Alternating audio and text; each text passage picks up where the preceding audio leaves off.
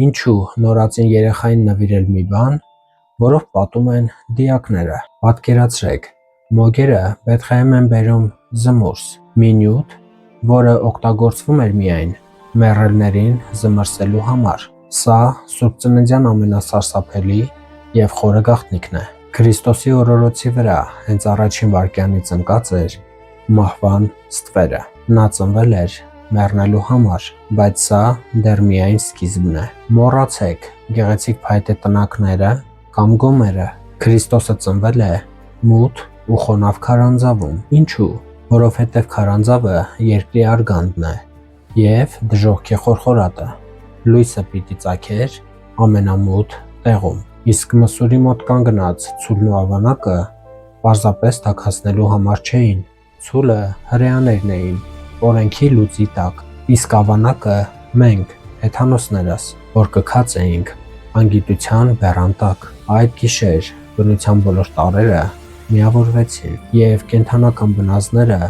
խոնարհվեցին հոգու առջև։ Իսկ դուք գիտեիք, որ մոգերը երեքը չէին, կար նաև չորրորդը՝ Արտավանը, ով այդպես էլ տեղ չհասավ։ Նա 33 տարի թափառեց աշխարհով մեկ,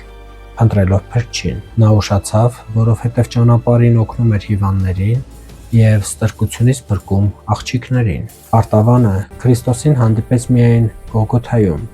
խաչելության պահին, և հենց այդտեղ նա հասկացավ բարձրագույն միստիկան։ Աստծուն գտնելու ամենակարճ ճանապարհը ոչ թե աստղերին նայելն է, այլ մարդու մեջ Աստծուն տեսնելն ու հոգնելը։ Սուրբ Ծնունդը պարզապես գեղեցիկ հեքիաթ չէ, այն տիեզերական ճշգրիտ մեխանիզմ է, որը հիշեցնում է մեզ. ամենամութ քարանձավում է ծնվում լույսը և մահվան մեջ է թաքնված կյանքը։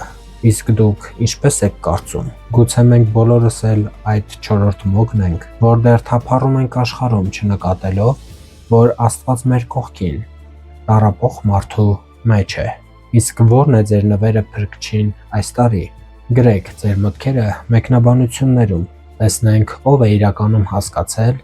Աստղի ուղերձը։ Ես Արգամ Ռոբերտին եմ։ Լայքեք տեսանյութը նպաստելով դրա տարածմանը։ Միացեք Արգամ բլոգի էջերին ավելին իմանալու համար։ Կհանդիպենք։